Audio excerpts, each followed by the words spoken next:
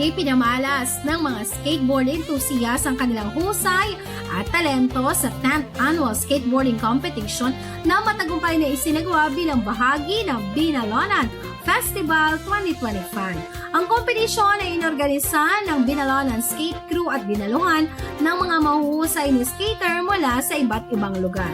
Sa harap ng mga masiglang hiyawan ng mga manonood, walang takot na nagbakitang gilas ang mga kalahok sa iba't ibang exhibition tricks at balance sa kanilang mga skateboard. Madalas nagsasanay mga kalahok sa mga plaza o bakanting lote upang mapabuti ang kanilang husay.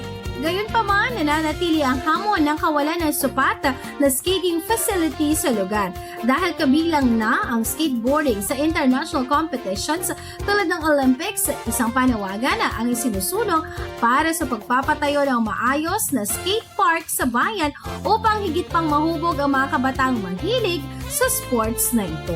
Sa patuloy na pagsuporta ng lokal na pamahalaan at iba pang organisasyon, inaasahang lalo pang sisigla ang kultura ng skateboarding sa lalawigan.